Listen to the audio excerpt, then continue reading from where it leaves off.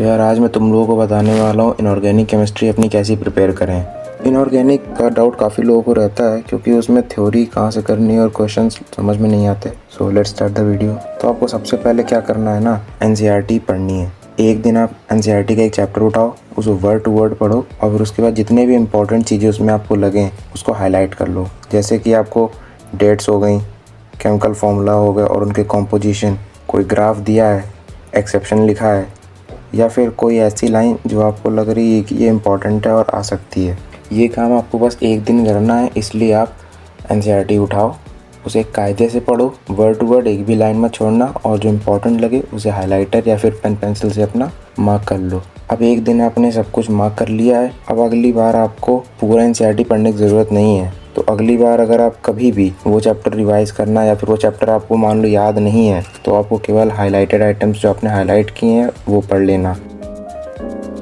Inorganic chemistry में कुछ ज़्यादा ऐसा इंपॉर्टेंट दिया नहीं होता है, केवल कुछ पॉइंट्स होते हैं जो कि आपको याद रखने होते हैं। वही कुछ लोग नोट्स बना लेते हैं। सो अगर आपको हाईलाइट नहीं करना तो उनको आप कॉपी में एज अ शॉर्ट नोट लिख लो। जितने ग्राफ हों उनको देख लेना, ग्राफ में काफ़ी ज़्यादा डेटा दिए रहते हैं उनको देख लेना और डायग्राम्स भी हैं उनको भी देख लेना। सो अब हम लोग आ जाते हैं यार अपने क्वेश्चंस पे। इनऑर्गेनिक के क्वेश्चंस यार वैसे अब ज़्यादा नहीं आते नीट में, पर तब भी 45 में से अप्रॉक्स 10 तो आ ही जाते होंगे। सो आपको बेस्ट सोर्स जो पता है इनऑर्गेनिक के क्वेश्चंस के लिए वो है आपके पीवाईक्यू। लेकिन जो पीवाईक्यू आप करना ना वो केवल अपने रिसेंट ईयर्स के करना, ज़्यादा पुराने पीवाईक्यू अब नहीं आते। पीवाईक्यू वैसे सफिशिएंट हैं, लेकिन अगर आपके पास टाइम ज़्यादा है तो अपनी मोर प्रैक्टिस के लिए आप आपके इंस्टीट्यूट के पैकेज में जो क्वेश्चन दिए रहते हैं वो कर सकते हो, या फिर अगर कोई रेफरेंस बुक आप यूज़ करते हो तो वो भी कर सकते हो। क्वेश्चंस केवल वही करना जो आपके सिलेबस में हो, बाहर के क्वेश्चंस मत करना या फिर जो पुराने क्वेश्चंस हो गए उनको भी मत करना, वो ज़्यादातर नहीं आते हैं। अब तो सिलेबस भी इनऑर्गेनिक का रिड्यूस हो चुका है पिछले साल से, तो ज़्यादा इनऑर्गेनिक बची नहीं है। कुछ क्वेश्चंस जो आपको लगे यार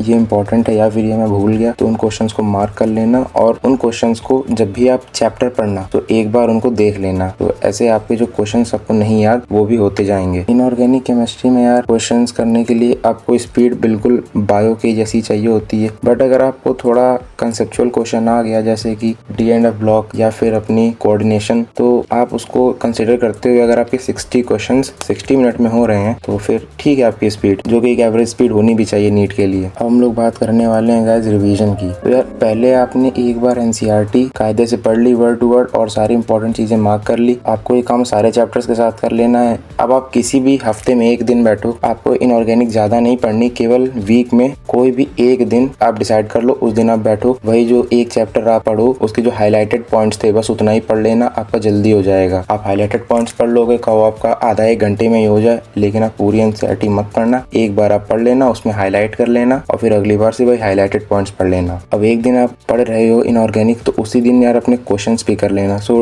मिनिमम 120 क्वेश्चंस आप कर लेना, जो कि इस टाइम के हिसाब से आपको अप्रोक्सीमेटली 2 आवर्स में हो जाने चाहिए। और अगर आपको लग रहा है कोई चैप्टर ऐसा है जैसे कोऑर्डिनेशन केमिस्ट्री या फिर डी एंड एफ ब्लॉक जिसमें थोड़ा समझने वाली चीजें भी हैं, तो आपको नहीं समझ में आ रहा तो यार यूट्यूब पे वीडियोस तो पड़े ही होते हैं, उनसे पढ़ लेना, नहीं तो फिर अपने कोचिंग के टीचर से भी पूछ सकते हो। क्वेश्चंस करते टाइम अगर कोई क्वेश्चन ऐसा है जिसमें आपको समझ में नहीं आ रहा या फिर वो कैसे होगा, तो उसका कंसेप्ट क्लियर करने के लिए क्वेश्चंस के लिए भी अपने टीचर से ही कंसिडर कर सकते हो। तो फाइनल बात ये रही गाइस कि आपको वीक में किसी भी एक दिन आप डिसाइड कर लेना, कोई भी एक दिन आपको एनसीईआरटी की जो आपने हाईलाइटेड पॉइंट्स हैं पहले उनको पढ़ना है। तो वो थ्योरी आपको करने में अराउंड 2 से 3 आवर्स लग जाएंगे। चैप्टर के हिसाब से अगर चैप्टर बड़ा है तो आपको ज़्यादा टाइम लगेगा, ज़्यादा हाईलाइटेड पॉइंट्स होंगे, चैप्टर छोटा है तो जल्दी हो जाएगा। सो 2 से 3 आवर्स लग जाएंगे और उसी दिन आपको क्वेश्चंस कर लेने हैं। लेकिन क्वेश्चंस आप उस चैप्टर के मत करना जो चैप्टर आपने पढ़े हैं। मान लो इस वीक आपने पीरियोडिक टेबल पढ़ा एंड नेक्स्ट वीक आपने पढ़ लिया एस ब्लॉक, तो जब आप एस ब्लॉक पढ़ रहे हो तो पीरियोडिक टेबल के क्वेश्चंस करना। ऐसे पुराने क्वेश्चंस करने से वो आपको रिवाइज होता रहेगा। सो क्वेश्चंस आपको वही अपने 120 करने हैं। क्वेश्चंस में मान लेते हैं 120 आप एक अच्छी खासी स्पीड से कर रहे हो तो आपको 2 घंटे उसमें लग जाएंगे। थ्योरी में 3 घंटे लग गए, 2 से 3 तो आपको 5 घंटे लग जाएंगे। अब आप 5 घंटे आपके लग रहे हैं ना, तो उसके बाद आपको कुछ और पढ़ने की जरूरत नहीं है। एक दिन आप अपना उस दिन बायो मत पढ़ना, उस दिन आप अपना केवल इनऑर्गेनिक केमिस्ट्री लेना, पढ़ लेना। इनऑर्गेनिक में ज़्यादा चैप्टर नहीं है, मेरे हिसाब से शायद 7-8 होंगे ज़्यादा से ज़्यादा। तो अगर आप हफ्ते में भी करते हो ना एक चैप्टर, तो मेरे हिसाब से आप बड़े ही आराम से 1.5 महीने में अपनी पूरी इनऑर्गेनिक कंप्लीट कर ले जाओगे। और अभी बहुत टाइम है, अराउंड 7 मंथ्स तो होंगे ही नीट के लिए। तो आप कम से कम अगर आप इस स्पीड से भी देख लो तो आप पूरी इनऑर्गेनिक केमिस्ट्री अराउंड 4 से 5 बार कंप्लीट कर लोगे।